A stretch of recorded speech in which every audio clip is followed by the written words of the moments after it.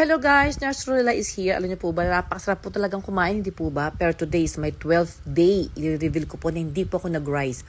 Promise, wala pa akong rice. Today is my 12th day. At kakain po ako, naglagay po ako ng 1 cup. Sabi ko sarili ko, I also need rice. Hindi ako kasi magpapapayat. Hindi naman po ako nagpapasexy pala, sorry.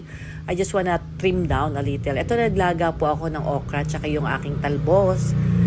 Yan po yung kinakain namin nung bata kami. Tricycle po dumaan na. Pasensya na po. Medyo maingay.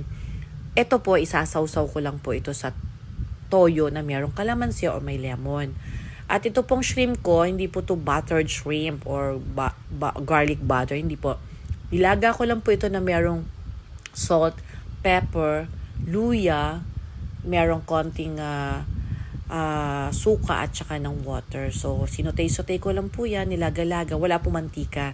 At ito po ang mahiwaga magpapasarap ng aking pagkain na may toyo at merong kalamansi. Isasawsaw ko po yan. Ako lang po ang kakain yan. Ay, pagkasarap-sarap naman po talaga nito.